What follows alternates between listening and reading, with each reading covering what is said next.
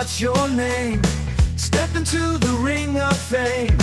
Gene Genie calling your game. Cal Halbert in the Hall of Flames.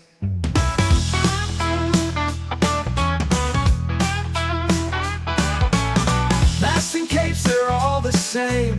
Heels and faces play the game. Pile driver, heartbeats claim. Cal will put you in the frame. What's your gimmick? Let it show. Genie wants to know.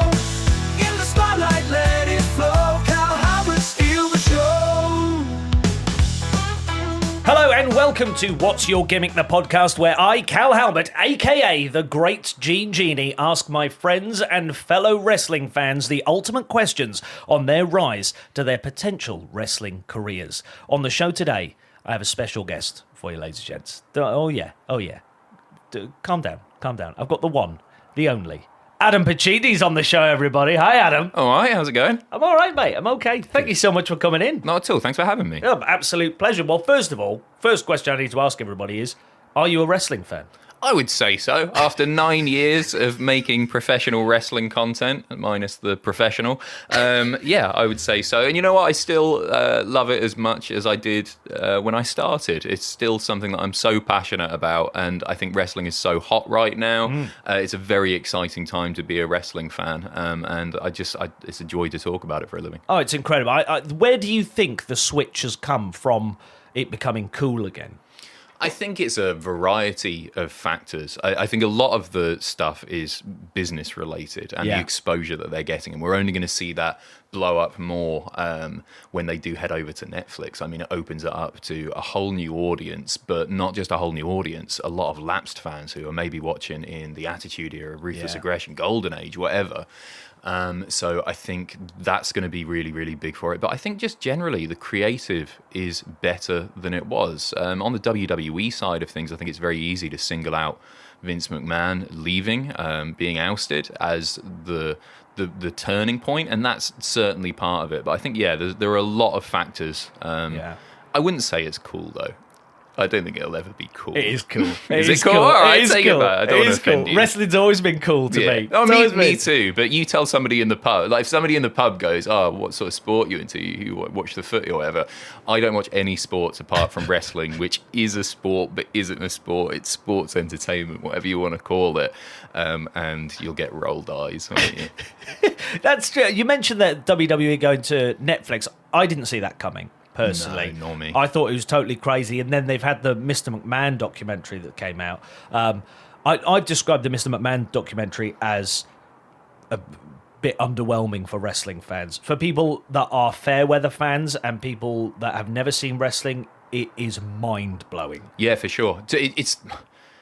We've heard it all before. As you say, if you're a fan of wrestling, it wasn't even really a Vince McMahon documentary. It was a history of WWE documentary. I don't think anybody really learned anything new who is familiar with Vince and WWE's controversies of the past. But as a sort of gateway drug to wrestling, it's like a true crime documentary, isn't it? You can't believe that this stuff is happening in this massive corporation which is turning over billions of dollars, and this stuff has been going on. So it's a fascinating, very dark industry, and to me that's what's especially interesting about wrestling. I love watching the matches, I love the storylines, but the behind the scenes stuff, the backstage heat and the drama, that's the stuff that's really fascinating. These human relationships and egos and all of that at play. So I enjoyed it, even if I didn't learn anything new. But also, it wasn't was your voice in it? Didn't fucking get paid for it. It was in it though, wasn't it? So they put me because I was listening to it going, I was like, that's Pacitti. Yeah, they ripped some audio from a news video or two, and it was in episodes 1 and 6. And I found out the morning that it was released. I got like a message on Slack, and then I started getting some Instagram DMs. I was like, "Is this you?" And I listened to it, and I was like, "Well, I don't remember saying that, but I might have been reading off something."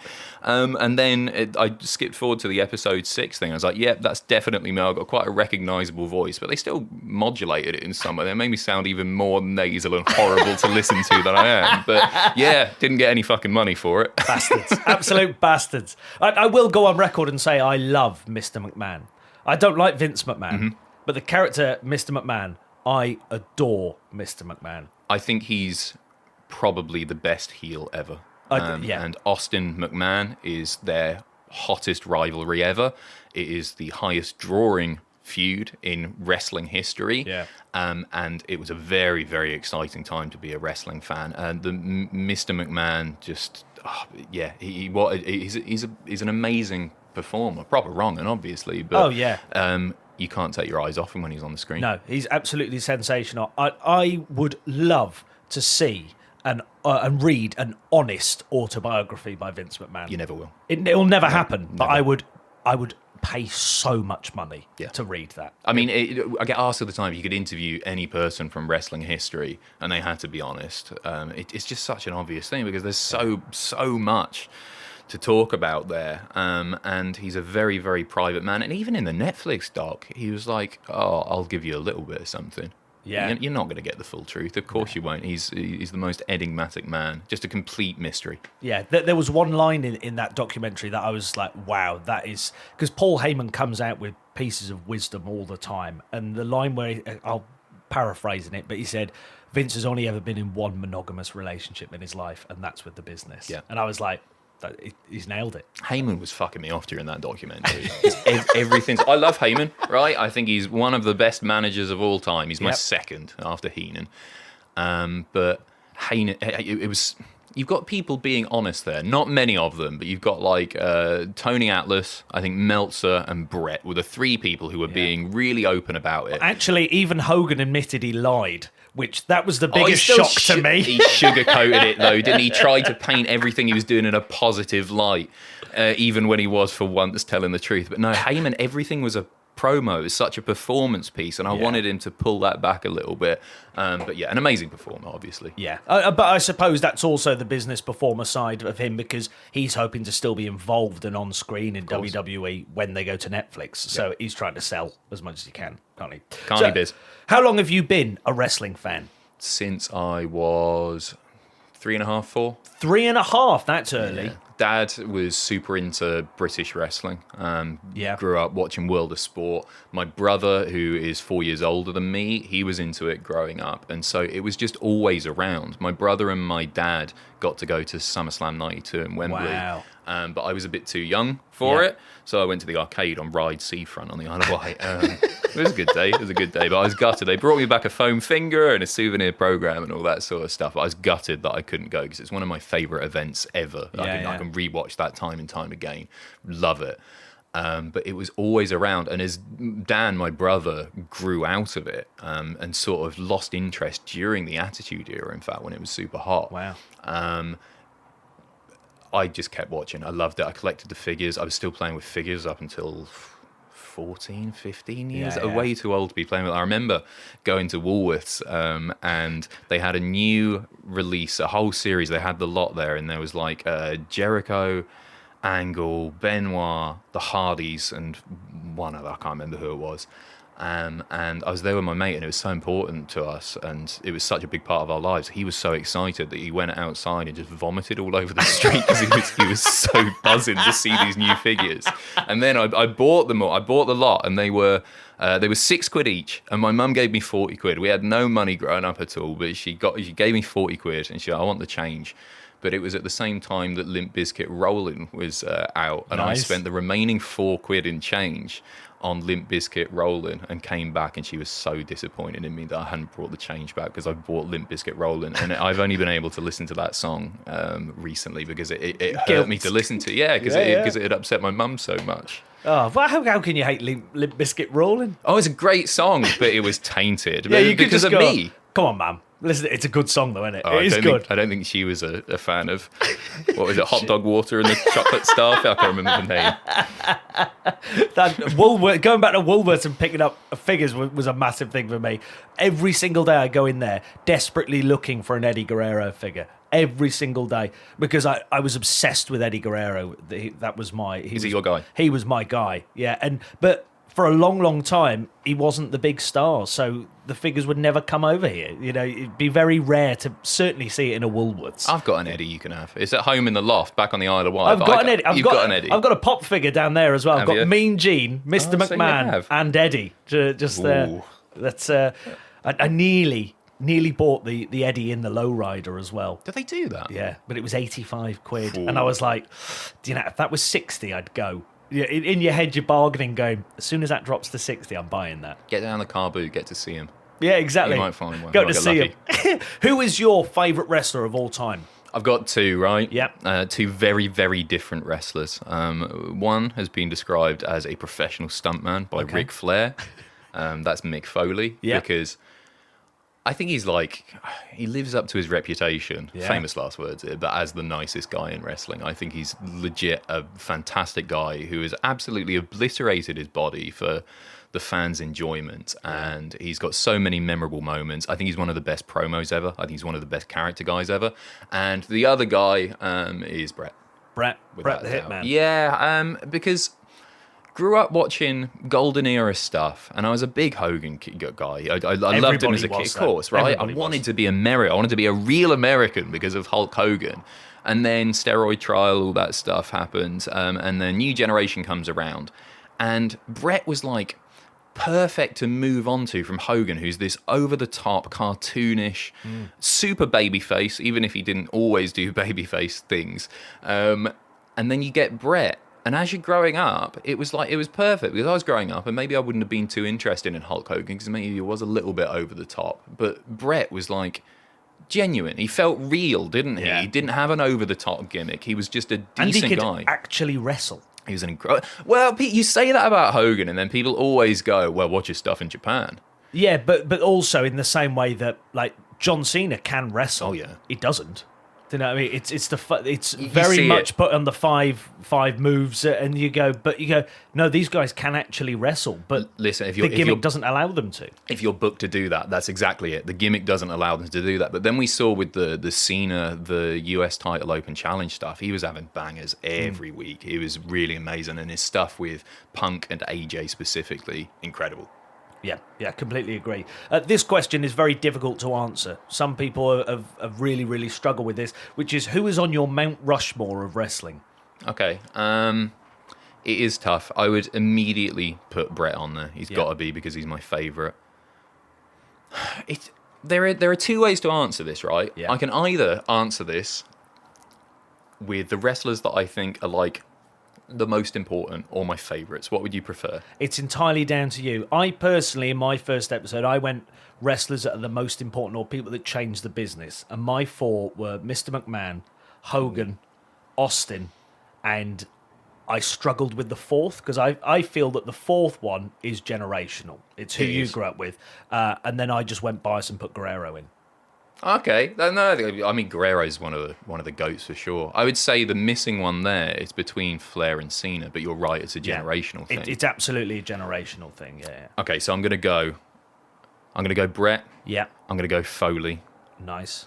I'm gonna go Owens, because I'd never talk about him enough, and I love everything that Owens has ever done. I can't name anything that Owens has done that I haven't enjoyed. Yeah. I I have think that with William Regal. Oh, Regal's amazing. I've never ever not enjoyed William Regal. Yeah, he's there hasn't been anything. Oh, I guess Real Man's Man. Yeah, okay. Even then, I think I He's can funny. watch it now and go, yeah, I like that. Yeah. But I think I could watch that, looking at it going, they're trying to throw him under the bus here. They're trying to get rid of him. But I didn't get it. I really didn't understand the thinking there. I mean, it was new gen, and it was big characters. That's what they're after. Vocational stuff. A real man. Banger. Absolute banger. I'm struggling with the fourth here. So you got Bret, Foley, Owens, I think I'm going to have to go Taker. Taker. Yeah, but just sort of the longevity, the evolution of the character, and also a guy that had some really, really fantastic matches. Yeah. I'm going to change my mind on that later. Something's You're going to regret it. Yeah, You're going to regret it. for sure. You know what? I'm tempted. This will piss people off, to put Goldberg in, just because, like, when I was no Taker. No, Well, okay. Goldberg. People love burying him now because of the Taker match, but also the fact that he's come away and he's come back and he's beaten guys who should have been on the up, and he's been a real focal point at various points, and is like it's the same old stuff. But if you were a kid watching WCW in the late 90s, I'd never seen anything like it. The energy on display was bonkers. He's also a monster, isn't he? He's He is, yeah. huge. Like, this is something I do. How big is Billy Gunn as well? 6'7". Most people think he's tiny. Because Land of the Giants and all that. He's the biggest man I've ever seen. Oh, you've seen him? Yeah, he was huge. I was looking at him going, eh? Like, I was like, he's the biggest man I've ever seen. Like, Is this AEW in Wembley? Yeah, huge. I guess he's in there with the Acclaimed, and they're not like AEW. I would guess. But just and even looking height. at him in Oh, the he's massive. ring, I was like, I can't believe how big this man is. Everybody was though, weren't they? Yeah, it's not so much now, but it was in Vince McMahon's WWE, WWF. It was such an advantage to be a big boy, wasn't it? Yeah, Even, 100%. this sounds daft. I don't think people realise how big Hogan is. Oh, he's huge. He's absolutely massive. Like Yeah. he is a huge individual, but he didn't look like the biggest because he was surrounded by other giants. Yeah, I mean, he was exactly. obviously very big still. Yeah, the 24-inch pythons and Exactly. stuff. And I saw weirdly someone put a thing. I don't know why it came up, but a big picture of Andre the Giant came up, and it had all like the dimensions of his neck, his wrists and stuff. It was like 15.5-inch wrists and stuff like that. And you go, that's the size of my neck. Like, his wrist is my neck size. That's the shirt size I buy. Have you seen the picture of him holding the beer can? It looks. Possibly. It looks like, those mini brands that you get in Tesco. The thing, you get a capsule and it's got like a little box of cereal or something in there. It looks like he's holding one of those. It's bonkers. It's insane. Yeah. So when you think a man that had 15.5-inch wrists next to Hogan, and Hogan looked smaller, but he certainly wasn't dwarfed by him. No. Did you go, that's how big Hulk Hogan is as well. And Huge. it's just craziness. What is your favourite match of all time? Favourite match is Bret Bulldog, SummerSlam 92. Nice. And it's another one that I can watch back time and time again. And actually, it's not as good as I remember it being as a kid, but the sort of the 4-year-old patriot in me was so overwhelmed by a British Bulldog Intercontinental title win. Bret made him look amazing despite the fact that he was absolutely bollocksed. He was still like hungover. I think like, what was it, like 2 minutes into the match, he goes, "Bret, I'm fucked." But he carried on, and I love it. I just think it was a really fantastic moment. And yeah, to me, it's not about Bulldog's performance, because Bulldog's performance was only half decent because Bret did what he did, and it's a testament to like the old Bret could wrestle a broom thing. Yeah, I completely agree. And finally, what is your favourite belt of all time? Winged Eagle. Easy. Winged Eagle. So easy. What have other people said to that when you've had other people on the show? This will hurt your feelings. We had a Northeast comedian, Shay Raper, on who chose the spinner belt. Prick. I couldn't believe it. No, people have turned on that, because we do obviously the top 10 lists and stuff. When I started with What Culture 9 years ago, I think if we talked about worst belts, spinner would inevitably come up, and everybody would be like, yeah, what a tacky piece of shit. Nostalgia's a powerful thing now. I still hate it. Yeah, I'm not a fan of it either. No. A lot of people have gone for like the white strap Intercontinental. Beautiful. Which you go, yeah, that's great. My personal favourite, and I think it's because of the Guerrero link, is the US title with the belt, with the flag behind it, the bright flag. I it's a loved nice belt. that belt. Yeah, Always really loved nice that. belt. And then that was, I think it was like that for about 15 years or something like that. That belt. What do you make of the belts on TV now? I'm not a huge. I hate the heavyweight. I hate the stupid logo in the middle of the heavyweight belt. You gotta get. That's the thing, right? It's branding, isn't it? They give it to people and they go on TV shows and they turn up media appearances and all that. Yeah. I totally get why they do it, but it does make me long for a day when you have some sort of like fancy, intricate design. Which is why I go for the winged. The winged eagle's just It is very good. stunning. It doesn't even make any sense. All eagles have wings. What's that about? It's true, because I don't like the big WW, the big, but it's just very much default belt one. That's just, and I'm not a fan of it. But I think we were lucky to get the World Heavyweight title, which is at least reminiscent of the big gold, but has the big logo in the middle. I think that's as good as it's ever going to get with the world titles, at least. I like the mid-card belts at the moment. I think they're nice looking. I missed the Cruiserweight Championship. It wasn't a pretty belt, but I just missed the Cruiserweight battles for it. I always thought they were fantastic. Always a highlight of the show, especially the sort of SmackDown Cruiserweight division. Oh, really that special. that was the show I'd go to. I'd ignore Monday Night Raw. I wasn't interested. I was SmackDown through and through, obviously because Guerrero was over there. But yeah, SmackDown, but you could put any of those guys, the big six, in a match against any of them, and it would be brilliant.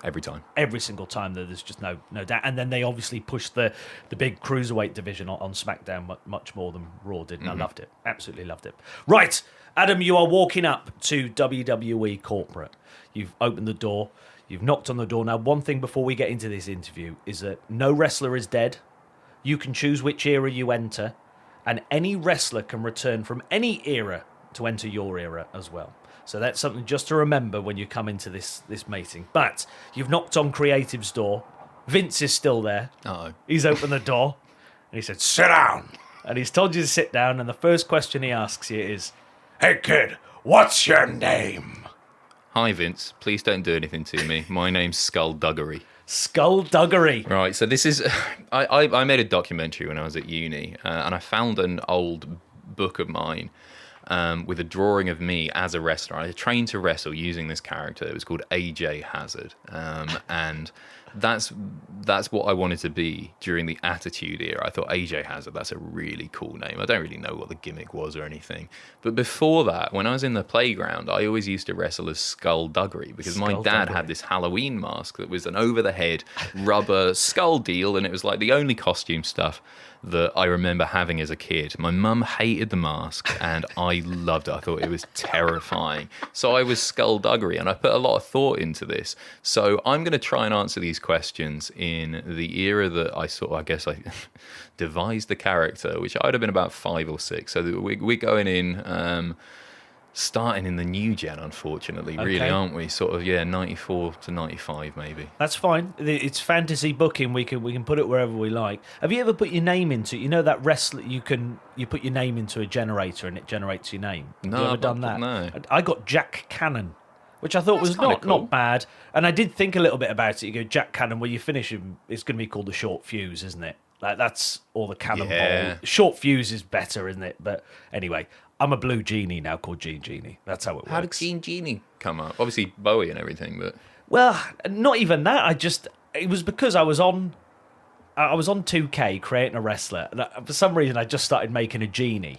And I was like, wow, that's good this. It looks like Robin Williams. I love it.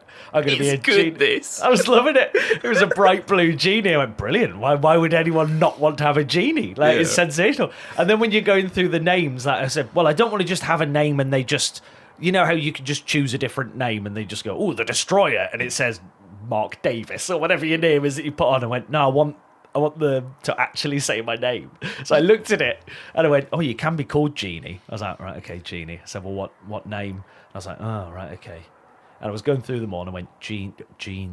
That works. We're going Gene. It's solid. I like it. The Great Gene Genie was what he was called. I don't know if you did it intentionally, but you just buried a real wrestler there. Mark Davis is a wrestler. Is he? Yeah. I just made up a name. No, he's legit. He's wrestled all over the show. I was sorry, Mark. He's very good. I'm sorry, Mark. That was just a name I came up with off the top of my head. I'm sorry. Is he an everyman? I don't know. He's a man's man. I'm just trying to think what his gimmick is.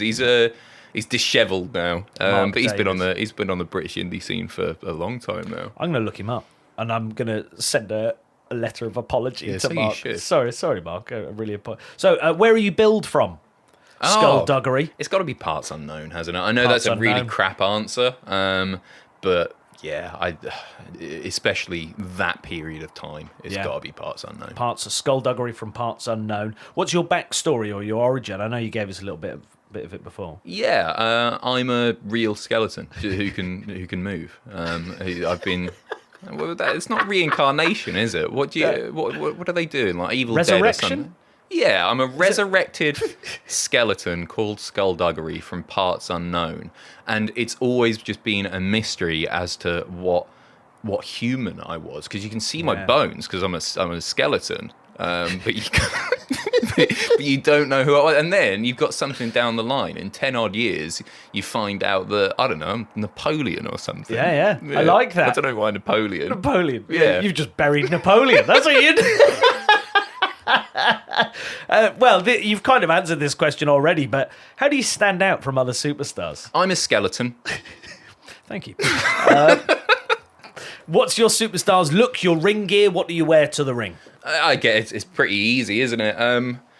Was it Kaiser Chiefs who had that video where they're all dressed up as skeletons? They've got like black morph suits on, but they've got all the bones on the arms. Yeah. I think it was Kaiser Chiefs. And then my dad's Halloween costume from the 80s, which nice. And I'm really pissed off about this, but Mum threw it away. I found out last time I went down to the Isle of Wight. You're even for that CD now. Yeah, no, you're right. Yeah, you're right. And so she got rid of that because she was like terrified by it. But I'd have to refine that. And over the last 10 years, I must have searched eBay 5 or 6 times for this exact mask. But you type in skull mask on eBay and you're spoiled for choice. So I'd have to find a way of getting that exact mask and then lose a few pounds because I'm a skeleton. Mm-hmm. And I'd wear the bodysuit, but with knee pads.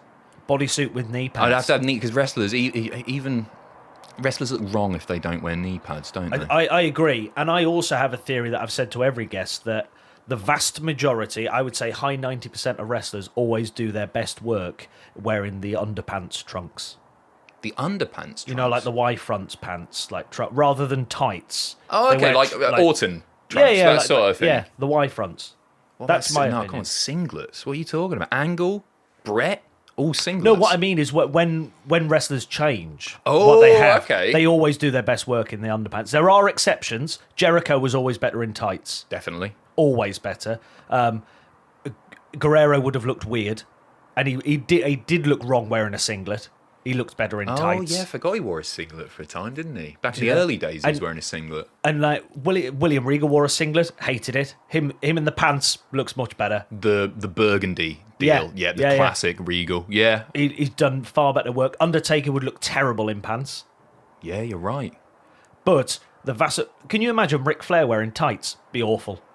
No, I can't imagine. Be awful. No. But Triple H looked terrible in tights. Looks better in underpants. Yeah. The vast majority look better in underpants. You want to see it all, don't you? Not to be weird about it, but if you're going to spend that long making sure that your body is in peak physical condition, that you are ripped and you're roided up, you want to show off the legs. 100%. Goes without saying. Hogan kind of looked better. Like it's 6 and 2/3s with Hogan. He looked, but I'd certainly prefer his time in the underpants. I think he looks better. Yeah, I'd agree. But underpants would have looked weird with him as Hollywood Hogan, wouldn't it? Yes, yeah. That wouldn't have worked. I agree, yeah. You wouldn't want him wearing black underpants. Nah, it wouldn't. It would look stupid. Whereas the red and the black and white tights look fine. They look great. Yeah, especially with I'm a big fan with wrestler tights when they've got like spray painted stuff on them. Yeah. Like Rick Rude is the obvious one, but Hogan used to have his own face on his ass or his leg or whatever like that. With RVD's singlets, always fantastic as well. Can you imagine him in a pair of underpants? It wouldn't work. Nah, it wouldn't, would it? No, he has to wear the singlet, doesn't he? Yeah. So there are exceptions, but the vast majority look better when they've dabbled in different looks. Always look better in underpants. Yep, I'm with you. You convinced me. So, do you have a signature catchphrase or promo style, Skullduggery? No, I don't talk. I've got a manager. I've got to have a manager, really, because I'm a skeleton. And I think with my voice, it's not the most intimidating of things. And anyone can go, I can put on a wrestler voice and do that. Yeah. But Skullduggery is, I think, a gimmick that needs a pallbearer by his side. And who do you want as your pallbearer? Pallbearer. You do. Yeah. No, there's no way. Come on, he's a mortician. Well, no, Undertaker's the mortician. Pallbearer is the pallbearer, isn't he? I don't know what a pallbearer does. What's the pall? They carry. They carry it. They carry the thing. So yeah, pallbearer. It's natural progression, isn't it? Absolutely. Are there any real life inspirations to your superstar, either wrestling or not? No, I honestly, it comes down to what was available in the house. I don't think there is, but no, because I'm trying to think. Has anybody had like a skull? Mortis Mortis in WCW, didn't he wear a skull? Yeah. As Chris Canyon. Yeah. But that was from after. Super Ted. I don't know what Super Ted is. You've never watched Super Ted? No. It was a kids' TV show. Teddy goes like that. He's got a red shirt on. Yeah, and Spotty Man was his mate. Okay. Yeah. No, Super Ted didn't influence skullduggery. That's a shame. But Funny Bones? Oh, down the dark. Yeah. You did that for us, didn't you? Did I? For the Straight to Hell intro. Oh, I did. You did the song. That's I Funny did. Bones, isn't it? Yeah. Maybe Funny Bones was the thing, because I did used to watch Funny Bones when I was a kid and read the books and all that. No, there wasn't any massive influence there. You know what? It did end up getting used. Do you remember the documentary that aired, I think it was like 1999, and it was called something to the effect of Pro Wrestling's Greatest Secrets Exposed? It's the one that Foley came out the next night on Raw and went, well, I guess you know all our secrets now. It was a big deal. It was very much in the sort of the same sort of production values as The Masked Magician. Yeah. It was that sort of thing. And it was I do remember, The Masked. It was like, quoted all the time. It's like, it's a stunt granny. And it's like they planted somebody in the front row to whack the wrestlers with a handbag or whatever. There was a wrestler on there called Skullduggery, so it did end up getting used, which I think is a testament to what a great creative idea it is. I agree. I completely agree. What I used to hate about, I remember watching something about the wrestling one, and they were going, to make the punches sound harder, they stamp, and you go, wow, you've broken the internet with that. That's the one. That's the exact one. Harley Race was the booker on it, but they all had to go under different guises, obviously, because they would have been like. Theoretically, they could have been blackballed for it. I'm trying to think. And rightfully so, really. Well, I don't know. Because the curtain had been sort of a bit pulled back at that point. But you don't want to give away everything. No, but they didn't. Anybody with two eyes knows what's going on. I mean, you see the feet stamping down. They know. This is what pisses me off about, and you still get it to this very day, and it's been a long time thing in wrestling media where wrestlers will go on a show and then some cocky prick pseudo journalist will go, yeah, it's not real, is it? And it's insulting the intelligence of wrestling fans because we all know it's not real. It's not 100% legit. Obviously, look at it. Look, the old thing is like the Irish whip, most basic wrestling move going. Obviously, if you got dragged by the arm, you're not going to run back and forth. Or you just stop. It goes without saying. So every wrestling fan over the age of 10 knows it's not real, and we suspend our disbeliefs because it's fun. It's a film. It's a TV show. Just in pants. I agree. Well, Skullduggery, you're hired. We like you. The contract's signed. It's all yours. Let's have a look at your debut. You're signing, but you get to choose where you debut. SmackDown, Raw, NXT, something else. Please don't say Velocity, but anywhere you like. So there's not that many options for me here because I'm doing this. Raw's around. Yeah. SmackDown hasn't been invented yet. NXT, miles off. There's no Jacked. There's no Metal. I could go on Superstars and squash a few jobbers. That's the way it's traditionally done, isn't it? Back in those days, you debut on Raw, Superstars. Is it too late for Wrestling Challenge? I'm going to debut on Superstars, but very, very important here, after 6 weeks of vignettes. That's crucial, right? Because this is all about the character, and they were all about the vignettes back then. And everybody had them. Waylon Mercy, Make a Difference, Fatu, all of those guys had 6 weeks of vignettes, and we're going to a graveyard to film them, obviously. Brilliant. And Paul Bearer's going to be there. And Paul Bearer's there, and he's doing the talking for me. Brilliant. Love it. And it's mysterious. You don't even see my face until... I don't have a face. You don't even see the front of my skull until, week 5 or 6. Nice. It's all mysterious. I'm just in the shadows, obviously. People are Smokey. Like, who's this guy? What's going on? I like it. Yeah, and he's betrayed the Undertaker to allow, because then I'm in a hot feud. I come in, I squash a few jobbers, and then I go into the feud with the Undertaker. Nice. Is your standard go-to face or heel? Heel. Yeah. Most people like a heel, you know. It's easier, isn't it? Yeah. But I also think some people are natural heels, some people are natural faces, aren't they? Yeah. When I was doing WCPW, they put me out there initially as a babyface GM. Very difficult thing to do as a babyface authority figure. Yeah. There's a reason that WWE especially always fall back. They always end up falling back on heel GMs because it's easy to book the baby faces in perilous situations. And so that was that I found really, really difficult because I don't think I'm an especially likable person anyway. Everything that I say, it just sounds sarcastic. Like if I said now to you, Cal, I love you, it sounds like it sounds like I'm taking the piss. I'm like it's sort of a bit condescending maybe. And so when they said, right, this isn't working, and I knew it wasn't working, I was dog shit. And they went, we're going to turn you heel. And I sort of knew this is make or break. If this doesn't work out, they'll just take me off the show and I won't get to have any fun anymore. Yeah. And then the heel thing is so easy. It sounds like it does seem like an easy thing, but also it's very easy to turn heel, but very difficult to do it right. Yep. So you can be hated easily, no problem, but to be a good heel is hard. Yeah. But a heel turn is one of my favourite things in wrestling. Face turns can be a bit more difficult to identify. There are far fewer standout face turns than there are heel turns. Yeah. So a good heel turn is fantastic. Eventually I'll turn babyface. Of course. Because I'm going to be there for a while. Of course you are. Yeah, absolutely. Do you have a specific entrance theme or style? Do you just come down the ramp? Are you through the crowd shield style? Are you going to come from the rafters? Are you using a vehicle? What's going on? So, skeletons are buried underground, right? Yeah. This is, you know what, this is before a lot of them. I'm not going to be coming down from the heavens because I'm a heel. So the assumption is that I've died and I've gone to hell.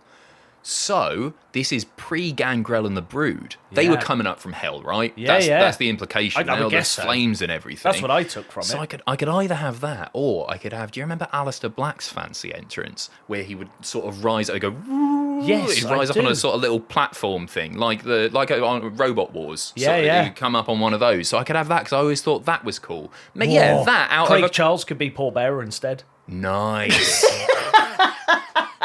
Very Robot nice. Wars, love it.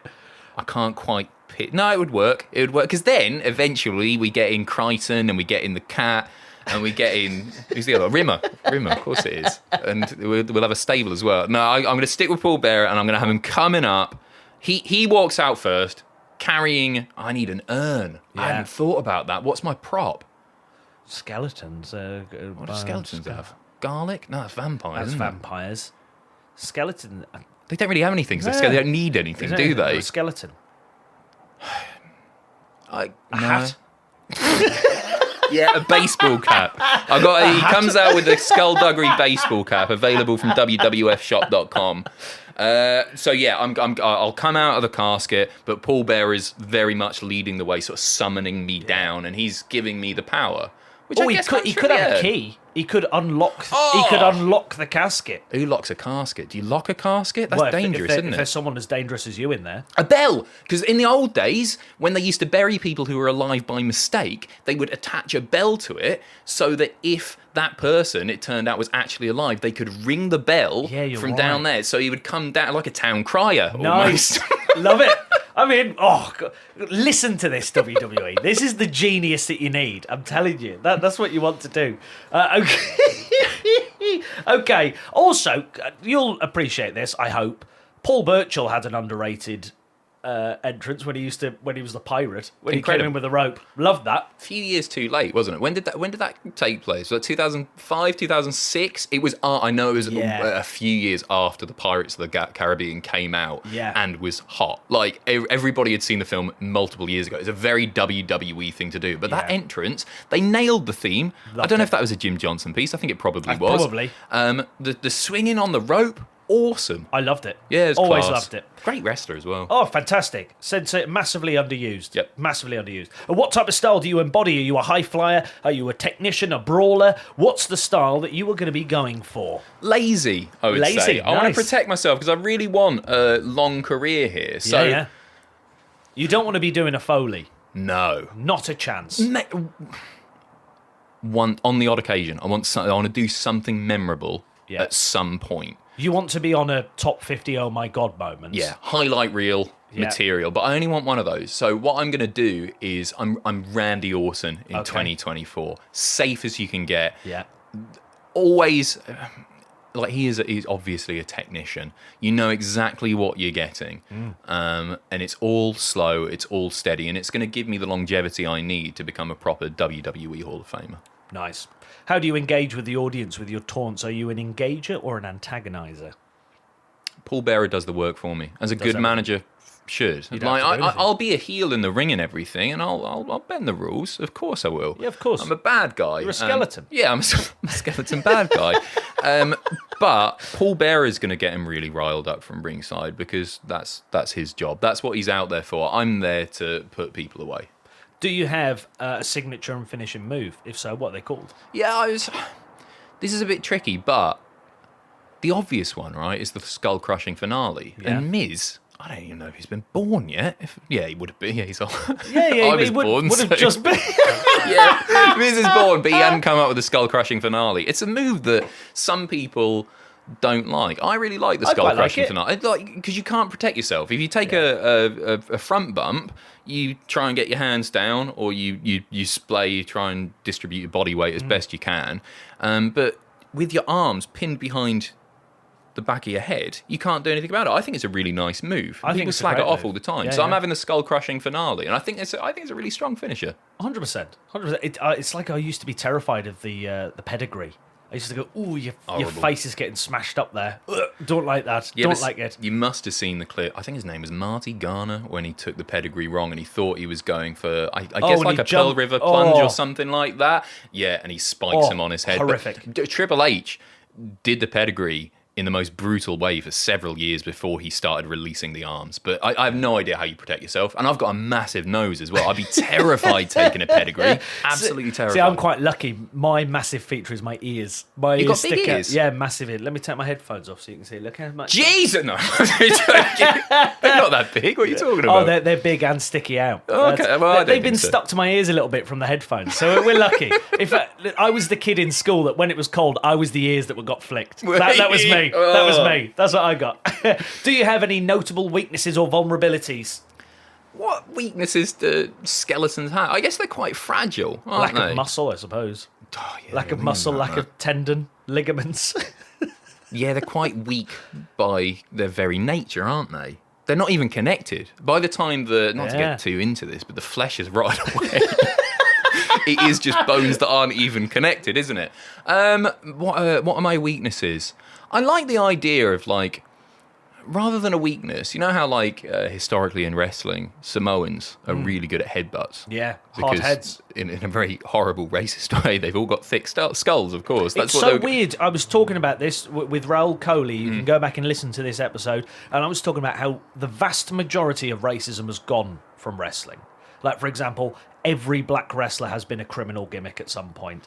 All Mexicans steal things, or they're a luchador that does flips and that's all you're allowed to do. Said, the only bit of racism that I can tell at the moment is that Samoans still have hard heads. Samoans do still have hard heads. Yeah, I mean, Triple H is getting a lot of flack recently. I think the stat is, and somebody will correct me if I'm wrong here, but there hasn't been a black male a black male wrestler have a singles match in WWE on pay-per-view since SummerSlam 2023, I think it was. Wow. Something bonkers like that. So I guess it maybe perceived as racism in a different way. The characters, you don't get too much of that anymore. You don't, I mean, you look back in some of those gimmicks, your Saba Simbas and all that sort of stuff, grim.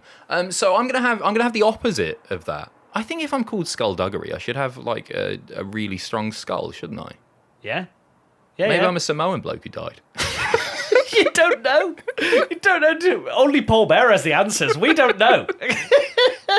Well, we're impressed by you on your debut. You're working around the roster. You're working up the mid-cards. But what is your ultimate goal? Are you going to be a WrestleMania headliner, a mid-card jobber, a tag specialist, a record setter, or something else? What's your ultimate goal?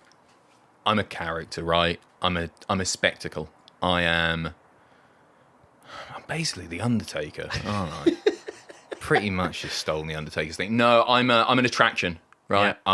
I'm like a Brock Lesnar or a Goldberg, somebody that you're not going to see when bloody Raw's on the air. You're not going to see me after I've established myself as a character.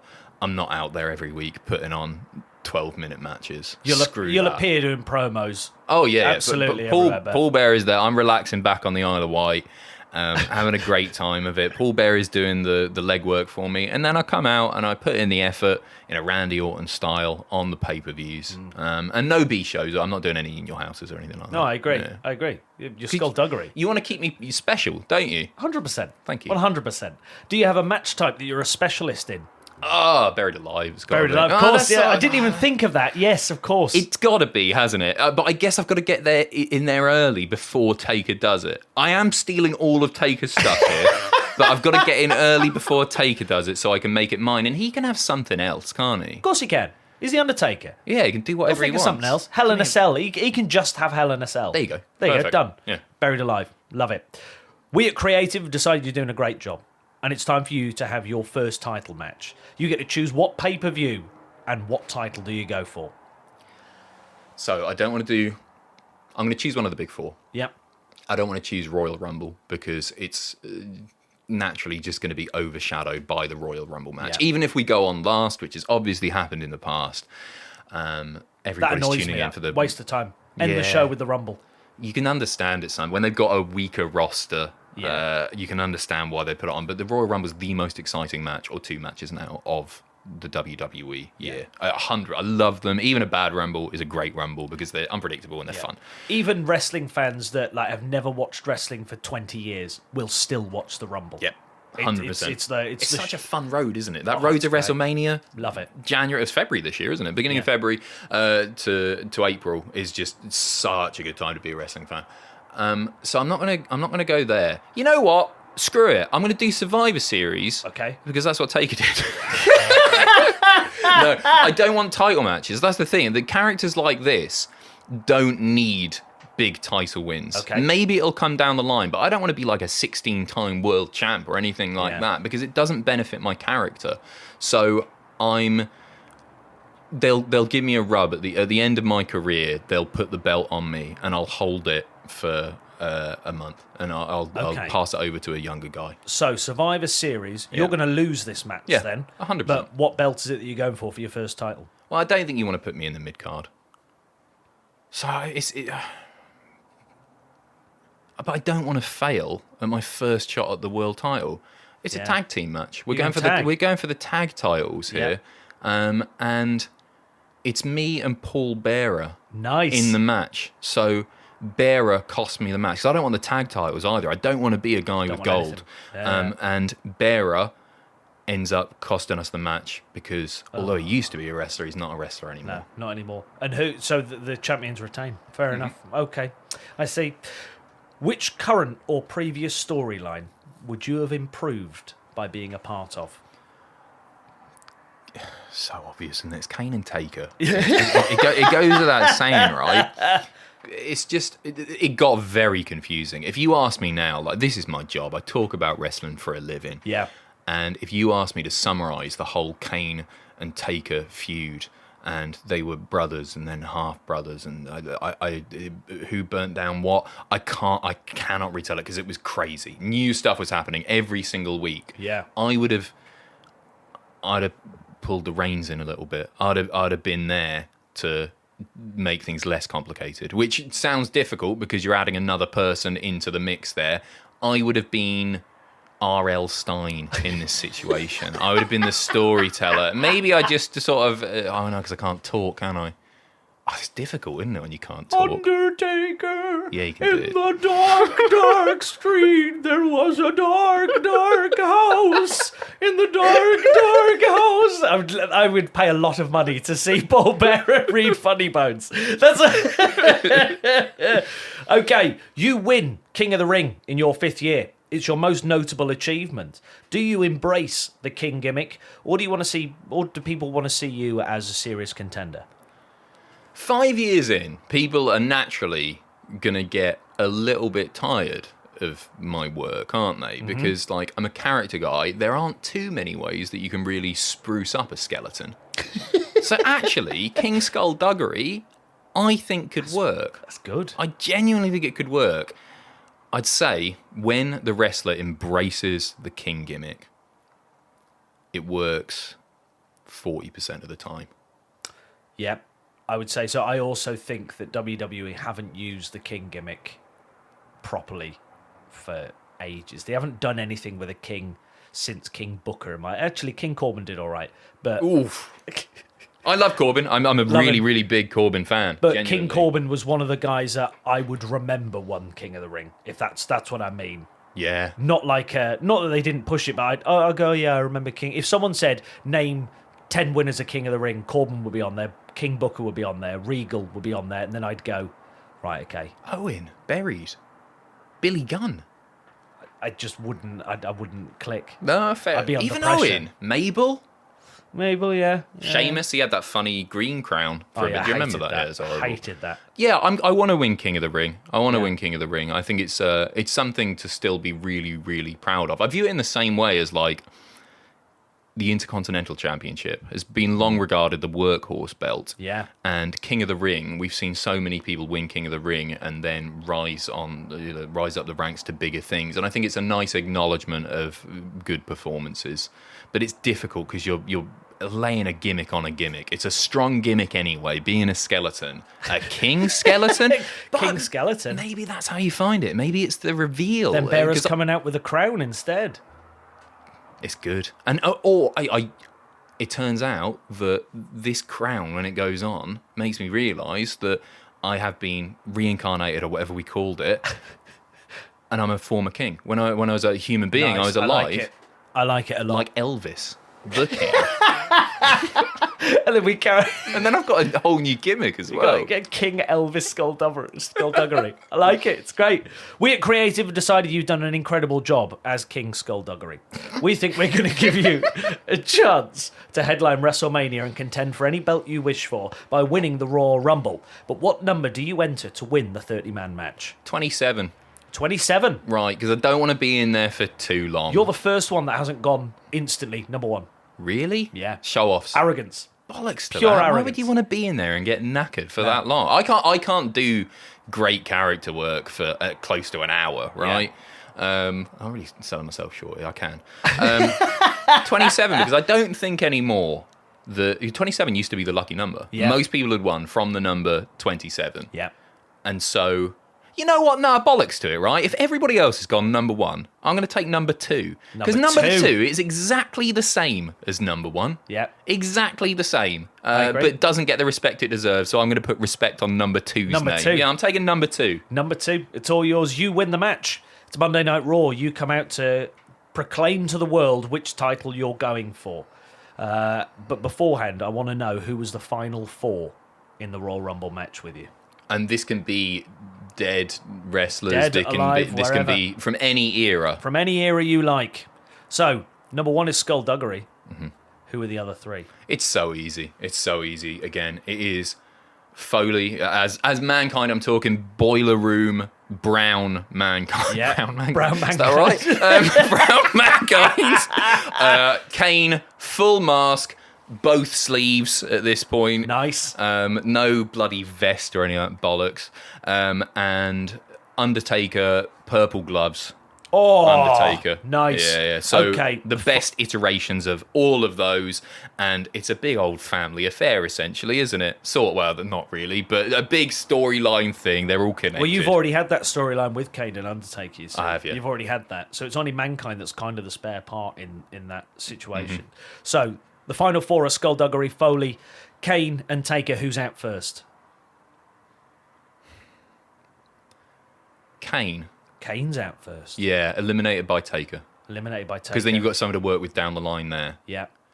And then I eliminate Foley mere eliminate- seconds afterwards. Wow. And then it's a nice callback to the feud that we've had originally, because me and Undertaker have worked for a while together at this point. And so it's like, okay, which guy can come out on top? Skullduggery did it last time, but Undertaker really wants to stamp his ticket to Mania. And then I lob him out. You lob him out. Do you point at the WrestleMania sign? Not back then. No. There wasn't one. Well, there can be. Nah. If there was Bollocks, one there, isn't do it? you point at it? Skullduggery's not a pointer, is he? He's not. He's not. No. Paul Bearer did, but you didn't. I get why they want to do the point thing, because it's handy to put on the posters and the website and so, all that stuff, right? You want the image of whoever, Ronda Rousey, like a fucking nutter, pointing again and again at the WrestleMania sign. I wish they'd just done it off air. That's me knocking over a printer. Was that a printer? Yeah, it's just a printer. Don't worry. I'm excited. I know. I got excited. It's a Canon printer, listener. Don't worry. Nice. Under warranty? No. Fuck. It's all right. It's old. So, yeah, I don't know why they don't just do that after the cameras stop rolling. Because Yeah. it became such a tired trope. And I think it's basically being retired or is being retired. I hope so anyway. Pretty 'cause much. It's tedious. Monday Night Raw. You come out. You're telling us which title you're going for. Which one are you going for? I've won the Royal Rumble and it's in the early 90s. I can't not go for the world title. And who's holding it? Who's holding it at that time? Brett. Yeah, because I want to wrestle Brett, and I haven't talked about Brett as this sort of part of this this bit of the podcast. So I've got to wrestle Brett, and he's going to make me look $1 million. You're challenging Brett. Brett sees you as a bit of a joke. I'll be honest. What? He sees you as a bit of a joke. You've done I'm a hero. nothing. You've done nothing apart King of from the ring. King of the Ring. And he thought, He's a king you're of nothing but a gimmick. You're not a wrestler. He's that certain he's going to beat you. He lets you choose the stipulation of the match. What you're going for. Buried Alive's too easy. Do we bring it forward and have the first ever Hell in a Cell match? Wow. Brett's never done a Hell in a Cell No. match. The one and only Hell in a Cell match. It's not really his style. You know what? Fuck you, Brett. I'm gonna have an Iron Man match with him Iron to show, Man? because if that's his thinking, right? If he thinks that I'm just a gimmick, that I'm all I can do is play the hits, then I'm gonna come in and I'm gonna prove him wrong. And it's not gonna be any of this fucking Bret Hart, Shawn Michaels, no pinfall until extra time. It's gonna be back and forth, and I'm gonna win in the last 30 seconds. You're winning it. Oh, You're the champion. Of course. Of course No, because you pissed me off. I didn't want to win titles. I didn't want to win titles at all. And I don't want to bury Brett or anything. But if he's taking me as a joke, I'm not having that. Skullduggery wins. You hold on to the title for at least a couple of months. At least until, let's say, I don't know, July. All right, Right, get to let's- SummerSlam. Get to Give it to me SummerSlam. SummerSlam. You get it till SummerSlam. Who do you drop it to? Eventually. Owen, because it would piss Brett off. Oh, nice. Love that. Because he's been chasing it. We get our rematches, right? We're going to do bloody WrestleMania Backlash. We're just going to do the match again. Maybe not an Iron Man match that time, but Brett can't get the job done at all. And then Owen can. And Owen then gets the world title win that he always should have had. Exactly. It's coming towards the end of your career, Skullduggery. Are you fired or are you retired? I'm fired. You're fired. You're fired. What did you do? 3 wellness policy violations. Because I'm getting older. I'm getting older at this point. My body is starting to break down. I don't have the metabolism that I once had. So I'm getting on the juice. Of course I am. And so should all wrestlers. Well, you're fired. And are you a serious contender for the Hall of Fame or will you become a forgotten legend? I think with a gimmick like Skullduggery, it would be easy to be relegated to the wrestle crap Bible, whatever you want to call it, because it is such an out there gimmick and it could go easily wrong. But you could say that about The Undertaker. The Undertaker is a silly gimmick. He is an undead zombie mortician, right? It could have been awful. It's just because Mark Calloway is such an incredible performer and he reinvented it that it worked. Skullduggery, given his accomplishments, he is a one-time world champion. He is a King of the Ring winner. He is a Royal Rumble winner. Yeah. He has headlined big pay-per-views. He's getting in the Hall of Fame, but after he dies again. Okay. Yeah, because he's basically been blackballed, right? After the wellness policy violations, he couldn't get his act together at all. Came to blows with Vince McMahon backstage, did a nails. Remember nails? I do remember nails. Did a nails, right? He's lost it. He's totally lost it. He's gone crazy on Vince, and he's been blackballed. They don't mention his name on WWE TV anymore. But eventually you do get put into the Hall of Fame. After he dies again. Who inducts you? Bear is still around. Bearer. Nah, Brett. Because I have my best match with Brett. And Bearer accepts the award for you. That's nice. Oh, yeah, because I'm dead. Forgot about that. No, I'd like Brett to do it because as great as Paul Bearer is, you want him in character And with a career like Skullduggery's, I want like a 20-minute induction. I want to be like Hillbilly Jim up there, right? Going on for donkey's years, just blabbing on. So I want Kurt Bearer. Angle listing off every song he's ever sang. No, he's fine. So I want Brett to do it, and I want him to bury everybody who held me back as well. Nice. And I want, like, there's no greater rub than Bret Hart going, I doubted this guy, but then we got in the ring, and man, he made me step up my game. Love it. Love it. Skullduggery, I'm going to wish you well on your future endeavours. Thank you so much for coming on to What's Your Gimmick. And there you have it, my friends. There is the most recent episode of What's Your Gimmick. Thank you so much for downloading and listening to this podcast. I really enjoyed doing it. I hope you really enjoy listening to it. If you do, please give us a subscribe, tell your friends about it, and if you really want to, please give us 5 stars. That really helps other people finding the podcast. Until next time, my friends, see you soon. Masks and capes, they're all the same. Heels and faces play the game. Pile driver, heartbeats claim. Cow will put you in the frame. What's your gimmick? Let it show. GGD wants to know. In the spotlight, let it flow. Cal Howard, steal the show.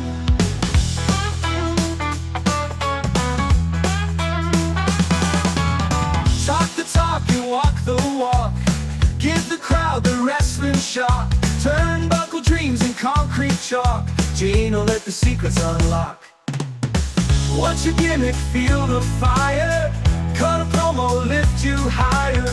Genie fuels the desire. Cal's your guide through the wire. What's your gimmick? Let it show. Genie wants to know. In the spotlight, let it flow. Cal Howard, steal the show.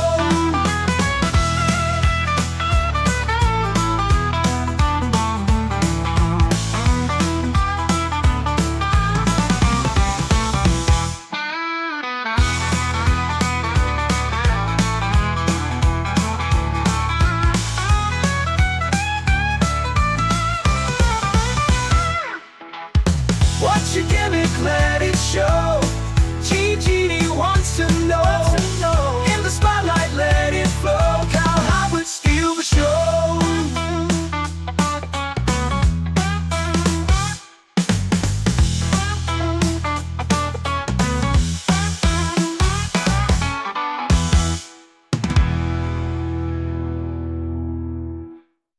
You've been listening to a Calvert Media production.